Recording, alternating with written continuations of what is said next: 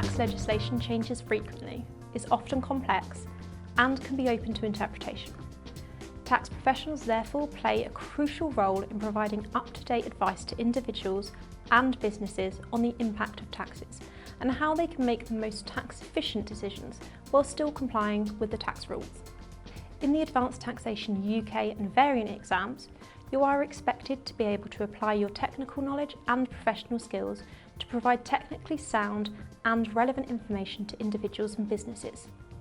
In order to do so, you'll be required to demonstrate the professional skill of scepticism. At a basic level, scepticism is about exploring and challenging information and views presented, as well as identifying gaps or uncertainties in the information provided. These gaps or uncertainties will need to be identified and resolved before it's possible to conclude or provide recommendations to the individual or business in question.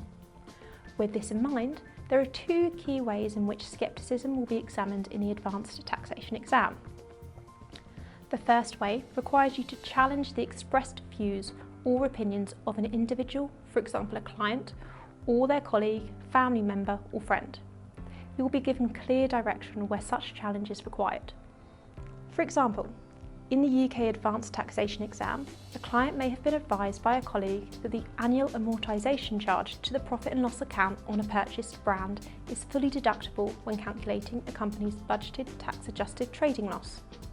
Your manager has asked you to explain whether you agree with this advice, bearing in mind your client is keen to maximise the company's trading loss. As a further example, you could be advised that the finance director of one of your corporate clients is proposing an action which would defer payment of the tax liability in respect of a special project. The finance director believes that this should be accepted without challenge by the tax authorities.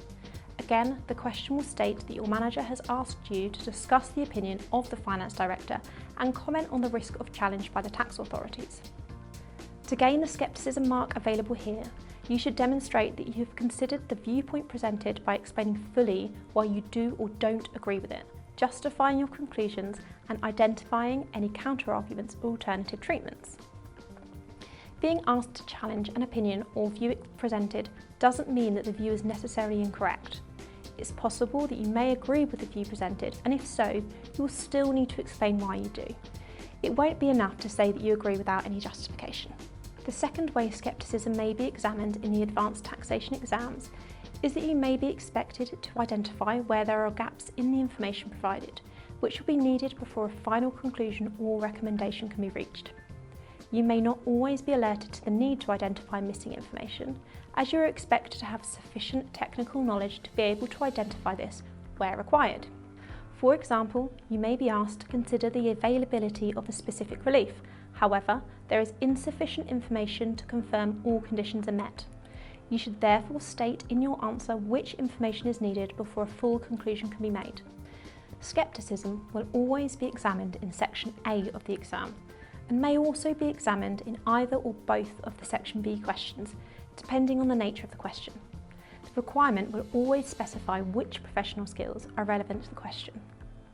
As a final note on scepticism in the Advanced Taxation exams, it should be stressed that you are not required to challenge or question every piece of information given to you. You should accept that the information provided to you in the scenario is correct unless there is an indication otherwise. Where computations or figures such as taxable income or tax liabilities are provided in the question, you should not rework these calculations, even if you have the information to be able to do so, as this will use up valuable time in the exam and will earn no technical or professional skills marks. A possible exception to this is if you are specifically instructed to challenge or review a given figure or computation.